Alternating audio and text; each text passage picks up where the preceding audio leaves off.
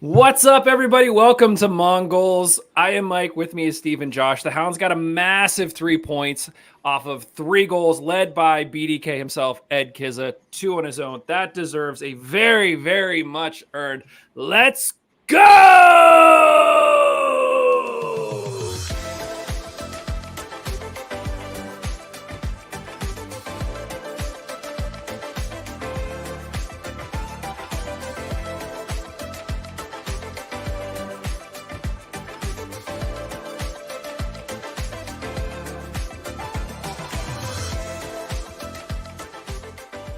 Not only does that deserve a let's go, it also deserves a victory beverage, which it feels like it's been a minute since we've had a victory beverage. Maybe it's just me.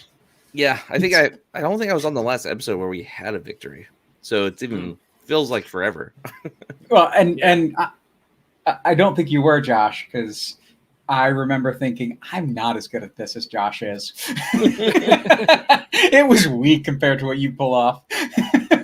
Actually, I'm glad you tested out first because we're using different software than we used to use for recording the podcast. And as I found out, Google Meets will duck your audio because it thinks it's like a loud noise. And so it blocks it out. So I was really worried as I was about to crack it. I'm like, oh man, I hope this podcasting suite we're using now doesn't duck the audio. We should go back and see how many times you've had to do that on air. Like, I wonder how many wins you've actually worked on perfecting the crisp opening of a cold beverage. That'd be funny. Just a super cut. Rank them. Yeah. Alongside the supercut of Mike saying "Let's go." Yeah. Oh no, let's not do that. I mean, that'd be bad. That has gotten to be excellent too. I mean, I remember it just used to be a "Let's go." Now it's like a whole "Let's go" with whole body fall over Mike, and it's beautiful. We weren't always on camera. I don't know why it came to because Dave Brandt was in town coaching a college team. I remember at one point I asked him, this was before we had video, we were doing it over the phone, and I was like, hey, if I tee you up, could you just say let's go? And he was like, I'm sorry, Mike, that's just not me. I just can't do that. And I was like, in my contract, Mike. I was like, all right, I tried, whatever. Thanks, man. Guys, a lot going on. Steve, how was Pedal Pittsburgh? Oh man, it really, really good. Definitely the hardest ride I've ever done.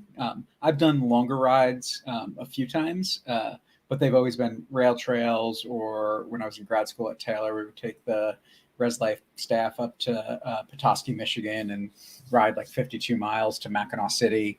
But it's all flat, right? For the most part, 41 and a half miles, 2,360 feet of elevation gain. Riding through different parts of the city that I haven't seen in years since I used to drive Uber. But also just one of the things I love about it is, as familiar as I am with the city from those Uber days, it's so different to be on a bike and riding through those places, and just seeing things from a different perspective, and especially seeing them middle of the day, right? So a lot of fun. I mean, there were a lot of people out there. They don't have specific numbers, I think. But it seemed like there were even more people that did the 62-mile route than did the 40-mile route. I mean, there was a lot of people in some of their Instagram videos at the 60-mile start. But it was great. I mean, there's a ton of people out there. It seems like everybody had a good time, and just a ton of fun. How long did it take you? I'm just curious. It took about 6 hours. Definitely took our time. Stopping when we needed to. I mean, climbing the hills is obviously going to slow you down. But taking the breaks and not just rushing back to get on the bike. The first stop was up at the top at Riverview Park, and I saw our good friend from the Steel Army, Yak, riding up, and he didn't stop, and I'm just like, man, that's good for him. He just kept going, but didn't get to chat with him because he just kept going. Yeah, he was actually so on Saturday before the game we had tifo painting, So we were painting a tifo, and Yak was there. And I had originally said, like, anyone who comes paints tifo, the first round's on the Steel Army, to try to get more people to come and paint it. And I was like, Yak, you're here. Do you want a beer? He's like, I can't pedal Pittsburgh tomorrow. Like, I'm like super like strict. Like, I'm not doing anything like that. Yeah. We're doing it. So, but yeah, that's really cool. Meanwhile, because I did tifo, I had to get on my hands and knees and paint and get up and down, and I'm sore today because of that. So I can't imagine. Yeah. Oh, I mean that's the thing, right? Like I've always known that my lower back is probably the weakest muscles in my body. I feel it a lot now. Yeah. Josh, how was tifo painting in the watch party? Great. Yeah, we did double headers. So double header. Yeah, that makes more sense. We did tifo painting at the pitch on Butler, and then that was also where the watch party was at. Mm-hmm. So we kind of like started that at 3, did that until like around 5:30, and then ordered dinner at the pitch, hung out, and then it was time to watch for the watch party. So we just hung out at the pitch from like 3 o'clock to the end of the game. So. Had a lot of fun. Awesome. The official Riverhounds watch party as well happened to coincide with that. We actually planned that out. So it was kind of cool because the front office was there with some people, and they're doing like trivia at halftime, giving out prizes, and they had a contest. You sign up for like a free suite for one of the games for a future game. So I don't know when they're doing it, but we did that. So it was a lot of fun. Nice. That's awesome. Very, very cool. Well, guys, let's talk about the game. Obviously, as I mentioned, 3-0 win on the road against Birmingham. We talked a little bit in the prediction show, Justin and I did, about our backs are kind of against the walls. He still refused to call it a must win, but it was a really, really, really needs to win. And with the backs against the walls, I think we saw some changes compared to what we've seen, at least previously. I'm interested in just sort of your guys' takeaway. So, Steve, I'll start with you. Give me some thoughts or a takeaway from this one. Yeah. I think this game was a lot closer than the scoreline showed at the end of the game. I mean, both teams had numerous chances. You take a look at what happened. I mean, both teams 6 shots on target. We had 11 shots total. Birmingham had 15 shots. Lots of big chances for each team. I mean, it was just like it was a hard fought game. And despite a few moments where the defense made me a little nervous at times, Eric Dick was, we can talk about the goal scoring and whatnot, but Eric Dick was the reason we won this game, and he made some excellent saves, really cementing himself in my mind as that really good shot stopper that I think is why he's here. Yeah, agreed. I think the announcers and I think even the team gave the man of the match to Kizza, which when you get 2 goals, that's bound to happen. Mm-hmm. But you're right. We would not have won that game if it wasn't for some of those saves that Dick made. I mean, some one-on-one saves that like clearly the defense was beaten. So there are still times where he makes me nervous, but it's hard to deny the shot stopping ability. And I mean, he's up there now in the race for clean sheets. So like he's making a count in the stats too. So yeah, definitely a big game for both of them. Josh, give me a thought or a takeaway there.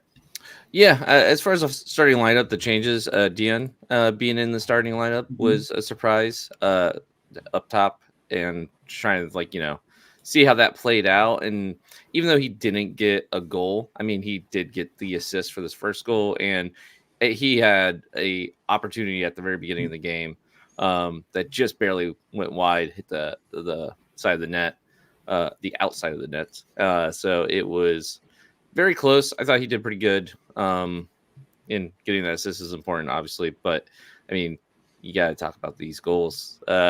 Birmingham Dream Killer comes alive. Kizza getting 2 goals here. I love that for him. Like I don't know, it's like it's now like a theme, a trope a little bit for the Steel Army. Like, we're playing Birmingham, Kizza has to pop off, and when he does, it's a lot of fun. So One of the stats that I meant to dig up that I failed to for this one was the percentage of goals that Kizza has gotten. Out of all of the goals that Kizza has scored as a Hound, what percentage of them is against Birmingham? Because it just feels like that number's got to be in like low double digits. Like it's, or I shouldn't say low, but it's definitely double digits. Yeah, something about Birmingham, man. He goes crazy.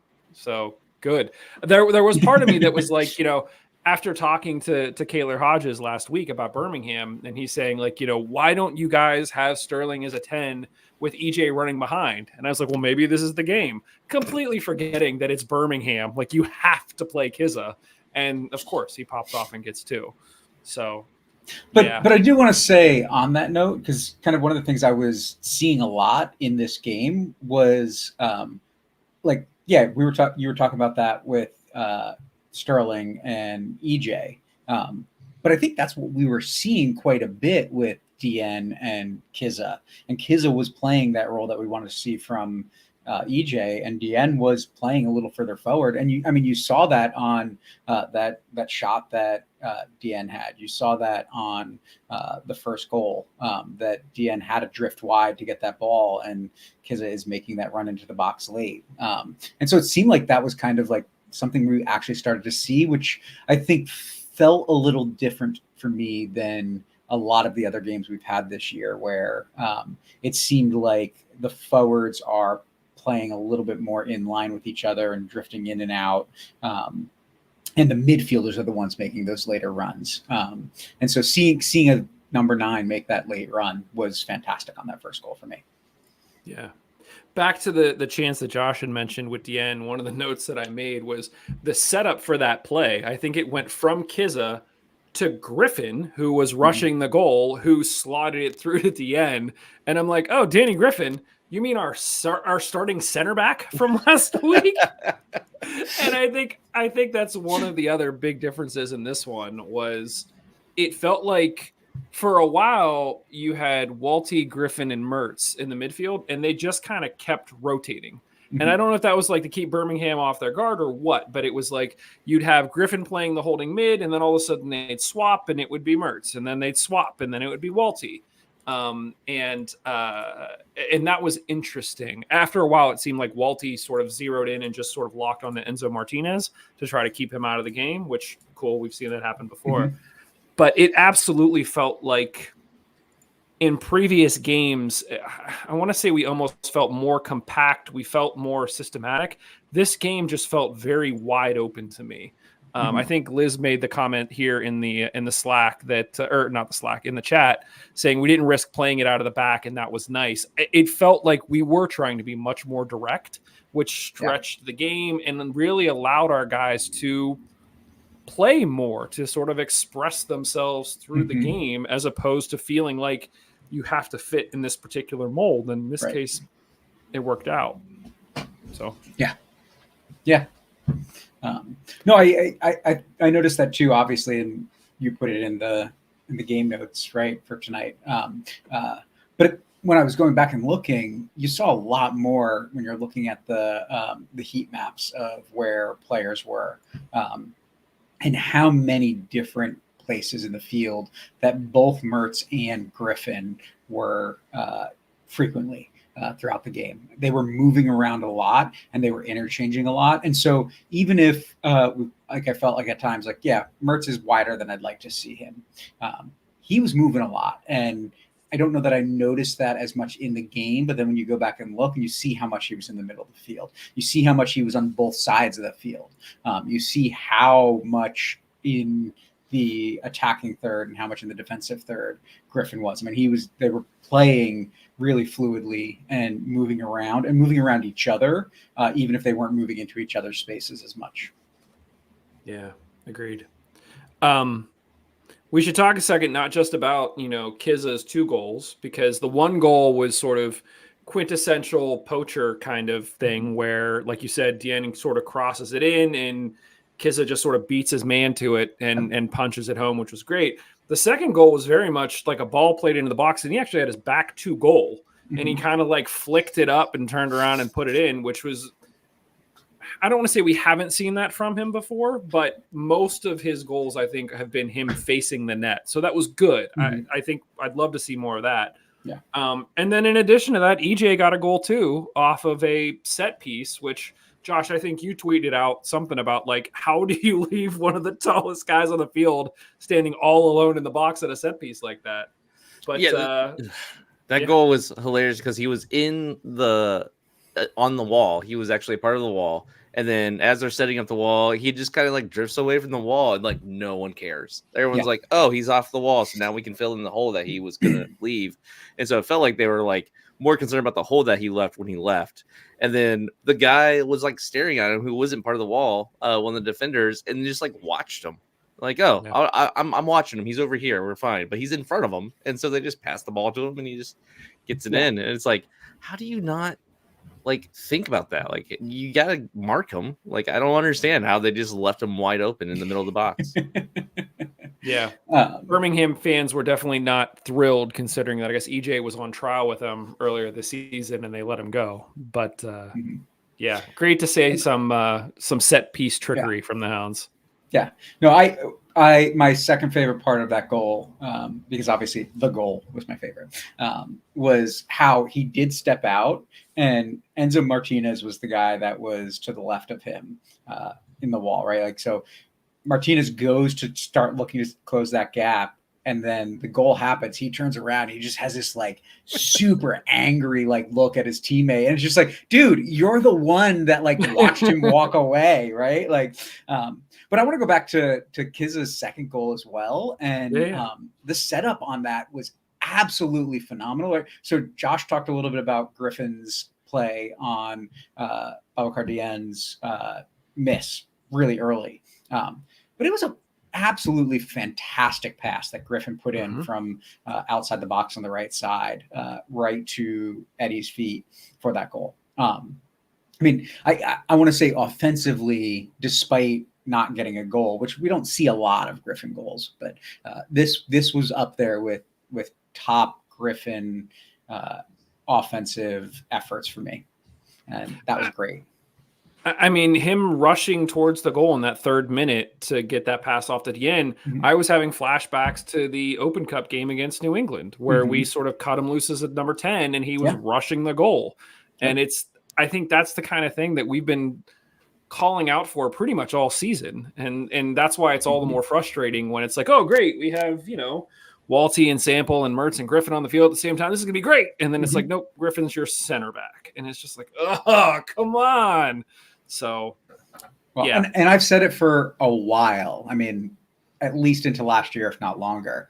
Danny Griffin's our best defensive midfielder, and it's not his best position. He's a better attacking midfielder. It's true. Yeah. Agreed. What else about this game, guys? Give me Josh. What else did you like, or what else did you not like in this one? Something I like was us just making a fool of Van Oekel, their keeper. I just, as not a fan of Van Oekel, it was nice. I do think maybe that first opportunity kind of put him on, a back heel because of.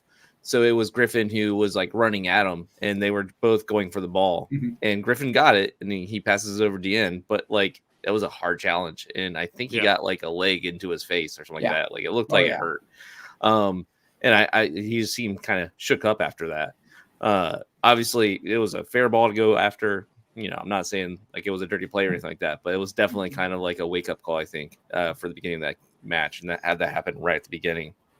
But that the second goal, the first goal by Kizza, and how he was able just to never mind. It was the second one. That's where he turns. He gets it at his feet and he turns and he gets the goal. That's right. On that one, it was almost too simple looking, and like I feel like it really made Van Oekel mad. Like it looked just like he got it at his feet, and somehow he was able, as soon as he got it at his feet, the ball just turned just right for him to turn around and just kick it in.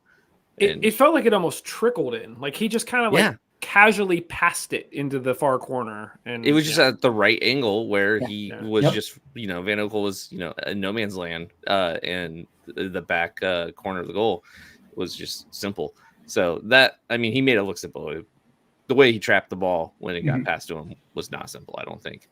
Yeah. But yeah, so that was just fun. I don't know. We have a history of Van Oekel, so it's kind of nice to see him. Well, I mean, everybody's got a history with Van Oekel. He's been around for this long. Well, that's fair. That's fair. But yeah, and then I can't remember the player's name now on the other team. He was a shorter guy, and I kept on calling him Hipster Viking. Which is what Liz just put in the chat. Oh, really? I didn't even see it. Yeah, Pocket Hipster Viking was my I think he was like up against Dick, and so like Dick was like standing next to him, and Dick's tall guy, and then you just like see him look down at this little guy with a Viking haircut, like beard, and just it's like, yeah, that's great, that's perfect. Steve, how about you? What else did you like or not like about this one? No, I mean, I think like we were just talking about this a little bit, but from that beginning play, 3 minutes in, one of the things we've been clamoring for is you're not going to make the playoffs by tying your way in. You have to go out and you have to do something different. And sure, there was a little bit of difference in the lineup, but I don't think that's what this was. But the effort on the field, the tactics that were used, the way that the players were moving and going for things right away, I think was that. And also not letting up. I mean, it was the end of the game. There's no reason that EJ needs to score a third goal. But here we are with a free kick, and we're going for it. And that wasn't the only effort later in the game that the Hounds had that showed that they weren't just crawling back into their shell, which I think something we often feel happens when the Hounds have a lead. We were on the front foot continuously, and that was great to see for me. This was one of those, rare cases this season where the best defense was a good offense. Mm-hmm. But that was definitely something that I was thinking was, you get up 2 goals. Okay, great. You're on the road. We need 3 points. You sit back. We even saw it a few weeks ago. And maybe this is Lilley sort of like learning from his mistakes. But, we were up by a goal. Mm-hmm. Now I can't remember who it was. But we ended up with like 4 center backs on the field trying to defend it. And then we get the draw. And so this was a case where we said, no, we're not doing that. We're just going to keep going at them and see what comes of it. And, you got to rely on Dick to make some saves. But we didn't sit back. And so that was great. More of that, please, because I think that's what's going to keep teams off balance. Then they can't adjust, because if they feel like they can come at us, we're going to come right back at them, and nobody can really get into a rhythm. And so that's good. Great. Yeah, I think I don't know if we really talked about it much, but the percentages of possession here, kind of going with the whole counter thing, is the fact that like the first goal, that was a counter attack. And that's, where we kind of got them off footed. I think it was Biasi who actually had the first pass. So it was Biasi to DN, then DN to Kiza. And yeah, if we can counterattack them, we don't really need the ball. Yeah. I think Liz made the comment in our little group chat, like, of course, we got 40% possession. Of course we were going to win. That made me think. I went back and did a little bit of research. I think we talked about this last week, about just looking for is there any correlation between our possession numbers and whether or not we're win, losing, and drawing. So I literally went back through every game this season, looked at the possession numbers, looked at whether or not we won, we lost, or we drawed. There, interestingly, is a correlation. Now, how much of a correlation, how strongly you want to tie this stuff together, some of it just kind of like makes sense.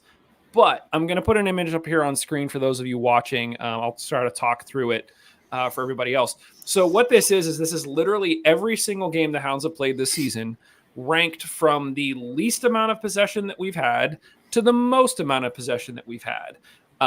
Losses are in red, draws are in white, wins are in green. And for those of you who can see the image, the interesting thing is that there is a very clear break at 47.2%, where anytime we've had more than 47.2%, it has resulted in either a loss or a draw, more likely a loss.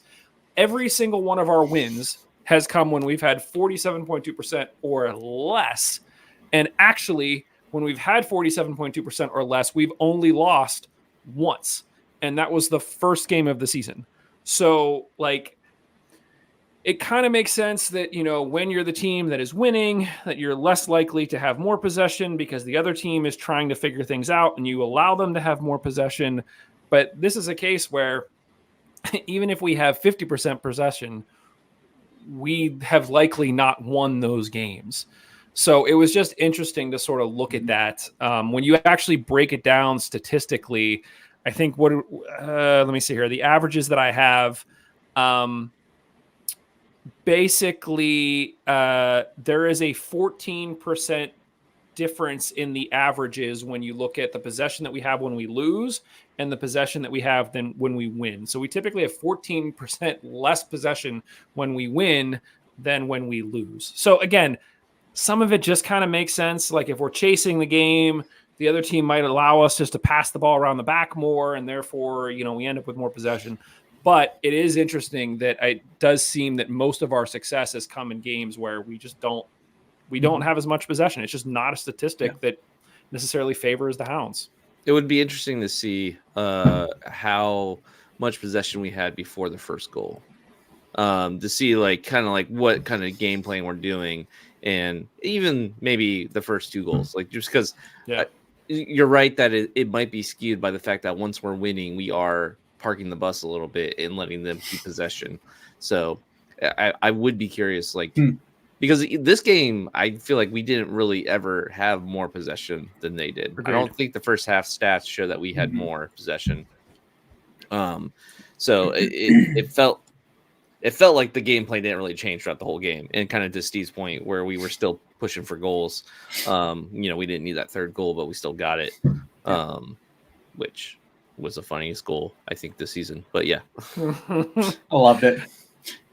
It would be interesting, you know, anecdotally, I would guess that the majority of Lilley's teams since he's been here, we've always been more successful with less possession. We just don't seem to be that kind of team where it's like, give us the ball and we're going to dominate you. It seems like we're much more of a defensive, sit back, lock it down, hit you on the counter kind of team, which makes sense. It would also be interesting to compare those stats to sort of other teams across the USL to sort of see play style and things like that. Maybe we'll leave that to our buddy John Morrissey to figure out. I'll give him some homework, and since he doesn't sleep, we'll let him figure that out. But I think that goes back to my point of what made this game feel so different. That, yeah, despite us having less possession, we weren't sitting back and bunkering after getting the first goal.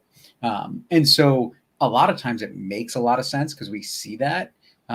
We didn't see that as much last night. We saw the Hounds still trying to make advances forward. And I think that in this game, especially in the second half, a big part of that is Birmingham having to have the possession to have any chances.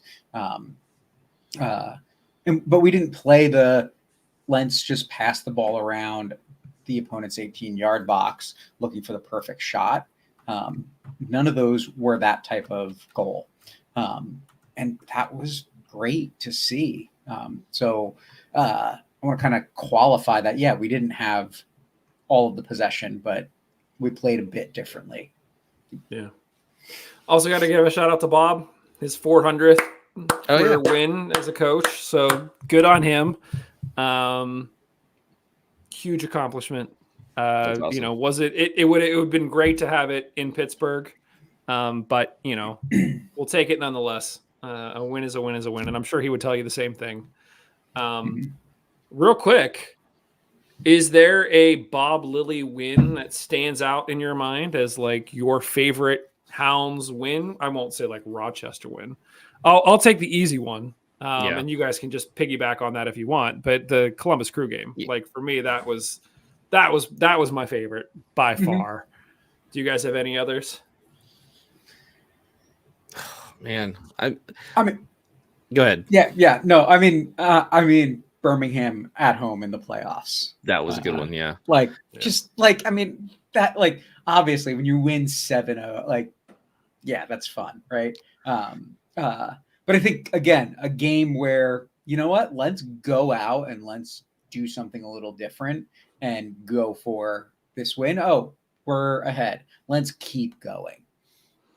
Yeah, those. I mean, like, I understand being your favorite. I get it. Like 7-0, that's exciting. It's fun, but like that's not like a Bob game. You know what I mean? Like I'm thinking, but I like, think that's why I like it, because it wasn't the same. Yeah. Like, let's just sit back and get the 1-0 win, right? I'm trying to think of my favorite Lilley special game, but I'll have to look through it and like really There's think it through. so many of them. So many 1-0 or 2-1 type games, like just mostly the 1-0s, the Lilley specials that are just, you eke it out. People complain about Lilley ball. And I remember when we first got them, there was so many people being like, "Oh, great! Now Pittsburgh's could be like Lilley ball. It's gonna be boring to watch." And I'm like, "We're winning games. This is exciting." Yeah. So like those early games, man, it was fun to be part of the problem that everyone else didn't like. Yeah. Colton Sports and Gaming Channel said the 7-0 Legion or the Crew game in chat. Thanks there, Colton Sports and Gaming Channel for chiming in. Let's see, we got one other one here. So this is Mondo saying last season's 4-2 over Memphis. Okay, interesting. We'll have to pick his brain as to why specifically that one. Was it Hartford last year where we were up? They came back and then we ended up winning 4-3. Like that was a not a comfortable game at times, but I mean, we're talking about games that were just like, woo, like that's one that sticks out as a like how did that happen under Bob? Yeah. Guys, any other thoughts on this one in particular? I do want to talk about sort of what's been going on around the rest of the league and get your thoughts on what might be coming here this weekend. But anything else on this one? Yeah. One, no Pasher. I was, I don't know what's going on with Pasher. I don't know. Josh. Oh, sorry. Yeah. I was fully expecting that to happen. So like when I saw he was in the lineup, I'm like, oh, all right, cool. So that was a nice surprise. And then two, just a follow-up, the pocket hipster Viking, that was Enzo Martinez. Was it? Yeah, Enzo Martinez. Yeah, like he has like a top knot thing going on. He has a big beard, a very hipstery looking haircut with the Viking beard. So yeah, pocket hipster Viking, and he's only 5'7". So I mean, not like a short person, but like a regular, like compared to when you're looking at him next to like Dick or something like that. Like Dick, yeah. He looks very short on the field. So that's all I have for this game. Yeah. Steve, any other closing thoughts on this one? I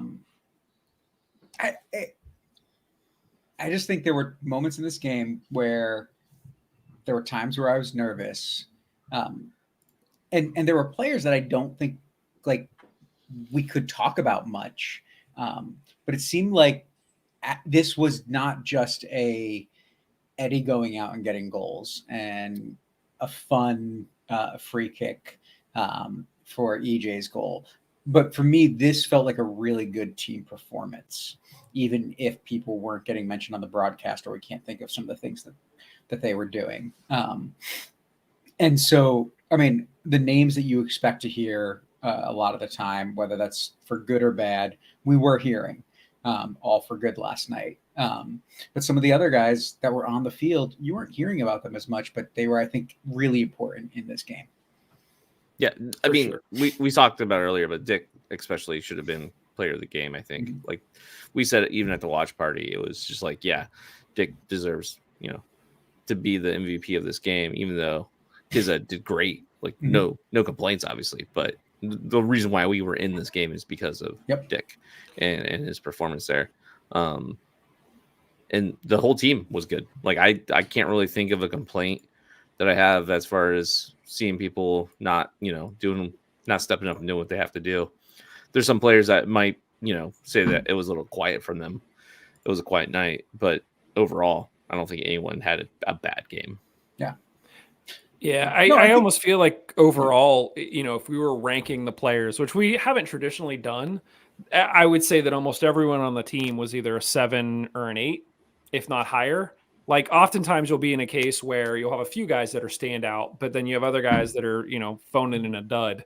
And that's just not the case. I mean, like I think about the entire back line and Suber and Hogan and beyond, like everyone did their part. And when one guy was out of position, the other guy was there to cover. And it overall felt like a good team win, playing in a different style than what we've seen most of the season. It was kind of wide open and everyone was able, you had Etsu and Blackstock doing their thing. And we've already sort of waxed poetically about the midfield and the forwards, and it just, everyone kind of knew their role and did their role and locked it down.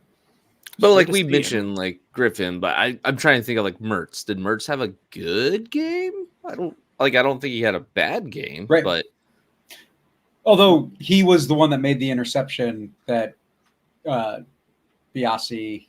That's true. That was him. Forward, that's right. He passed it over to Biasi, and then Biasi's the one that passed it forward to DN. So yeah, that's fair. That's fair.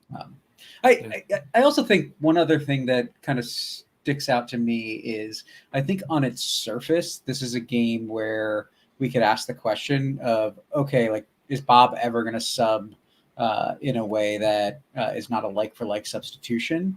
But I think that first double sub in particular, while you were bringing on a forward and you were shuffling around some defenders, what it did was it made a difference for me in this game that you were adding more energy up front, and you were putting a better center back in and pushing a guy in Luke Biasi, who is better at a wing back than he is as a center back, into a more natural position. And so I think it strengthened the team in all three of those positions, which for me is something that I haven't felt has happened much this season. So I like that. I don't know if that was Bob really listening to us, because obviously it wasn't, but we've been talking about it a lot, and I finally feel like, hey, there's a sub that I actually like to see what that does to the team.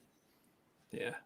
I think it'll be very interesting to sort of see what happens as we sort of roll through the rest of the season. Because, Justin called it out that doing the same thing and expecting different results is the definition of insanity. And this was a case where clearly came out, we did things a little bit differently. We sort of opened things up a little bit and it paid off. How much of that was because we sort of saw what Birmingham does and we kind of pregame for that? Who knows? It'll be very interesting to see what happens this weekend at Indy, which we'll get to in a second. But I mean, this was sort of, I don't want to say one of the first times this season. We've had other, the 5-0 win over Oakland felt like, holy crap. But this was a case where we had to go to Birmingham. They're a team that we have to get points against if we want to do anything in the postseason. And we delivered. And so it very much was like, great, feels good. Now let's go do it again and see where we can go from here. So positive stuff. Guys, once again, we talked about this a little bit last week. The rest of the results around the league are kind of falling our way. So what we're needing to have happen is happening. So if we take a quick look at the standings after this weekend, essentially every other team in the East besides Tampa and Charleston either lost or drew. So we basically gained 2 points on everybody else in the East, which was fantastic. We are now 3 points outside of the playoffs. So basically 1 win behind Rhode Island. Granted, we have one more game that we've played. So eventually that will all shake out as well. But when you look at where we are compared to Birmingham, we now have 31 points. They have 35 and they're in 6th. So we're only 4 points out of 6th place. And we get another shot at Birmingham here in a few weeks. And up next is Indy, who they lost this weekend as well. So, everything coming up Millhouse, everything's coming up Millhouse, like for some reason towards the end of the season. We'll see if we can keep riding this luck. When you do look at sort of how we've done, we still haven't lost, I think, in 9 games now. So, all of the draws have been painful, but we're still hanging in there. So I think there's one other thing that I think, like, getting into the context of those standings a little bit more, I didn't look at Loudoun, but I looked at Birmingham and I looked at Rhode Island, and we see Rhode Island in 2 weeks. That game is going to probably be really important, right? Like if we beat Indy, we're keeping pace, maybe gaining pace, right? But at the same time that we're playing Indy, Birmingham and Rhode Island are playing each other. And so you and Justin were talking about like that 12-point swing between us and Birmingham that's possible. Either Birmingham is not going to get the points they need out of that game, or Rhode Island's not going to get the points they need out of that game. And we face both of those teams in the next few weeks. That is, for me, a week ago, 2 weeks ago, like, how are we making the playoffs? Now I'm starting to see a pathway because I'm starting to be able to see some of the ways that other teams are going to take points off of each other and give us the opportunity. Now that we still have to go out and we have to win, right? I'm going to disagree with Justin. Every game from here out is a must-win game. Are we going to win all of them? I don't think so, but we have to have that mindset that we're not getting into the playoffs unless we're winning games week in and week out for the majority of the rest of the season. I think what'll be very interesting is we always talk about how the teams that are most successful in the playoffs typically are not the teams that have been most successful all season. They're the ones who come on hot at the end of the season. And what will be very interesting is we've actually done this before with Lilley too, where like sometimes the run up is just a little too long. Like sometimes it's like, you have 12 games left of the season and you get really hot and then you just start to cool off just as soon as you get into that first or second round of the playoffs. But if the Hounds have to treat every single game like it's a must win from here on out, and they're able to score 3 goals a game from here on out, which is not a given, we might end up being that team that no one wants to play in the playoffs. I feel like there's a lot we got to see between now and then to feel like that's even, remotely possible. But if we keep having performances like we have against Birmingham, there's a chance. Yeah. Yeah. I mean, I don't think Indy is a must win. I'm going to agree with Justin a little bit here. I do think stealing a point from Indy would be nice. And if out of the 2 games I think we're possibly going to lose, it's Indy and Tampa Bay, and Tampa Bay is much more so than Indy.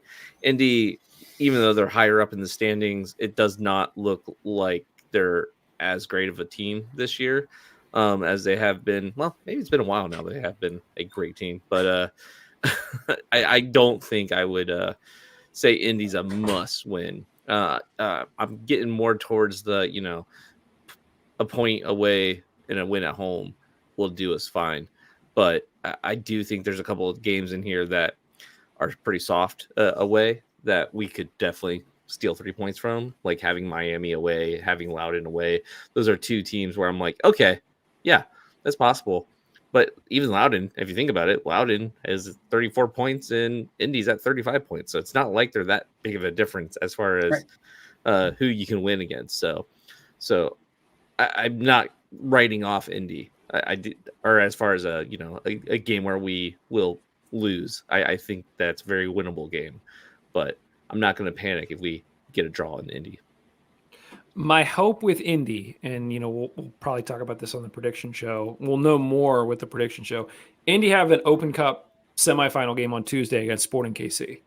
So my hope, fingers crossed, is that they are just going to be physically and emotionally exhausted by the time they get to this weekend.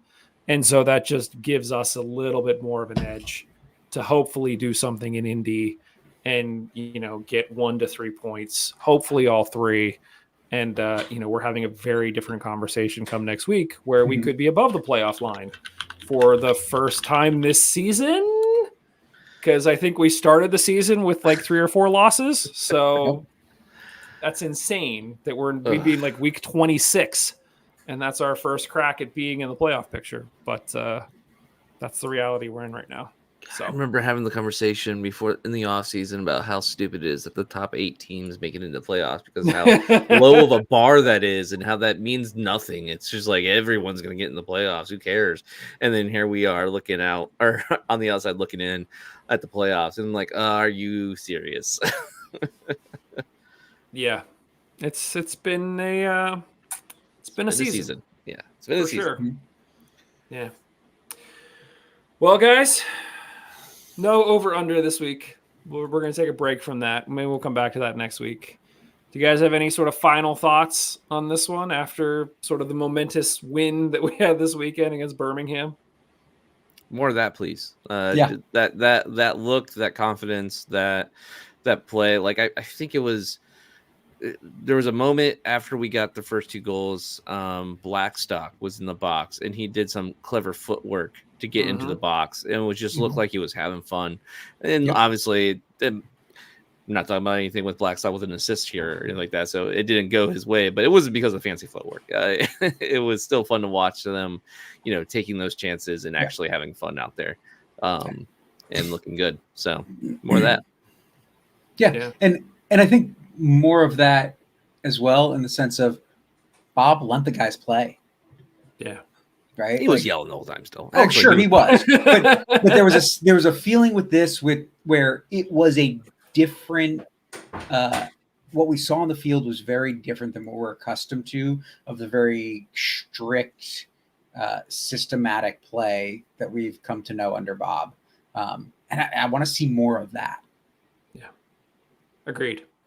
It was you could tell the guys were having fun. It was fun to watch. It'll be very interesting to see how these last 8 games play out, and whether or not we see something similar.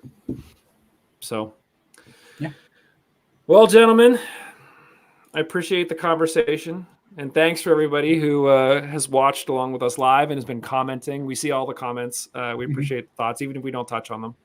And thanks everybody for listening. As always, we will be back with much more Hounds content all this week as we approach Indy. So we will be talking to you all very, very soon.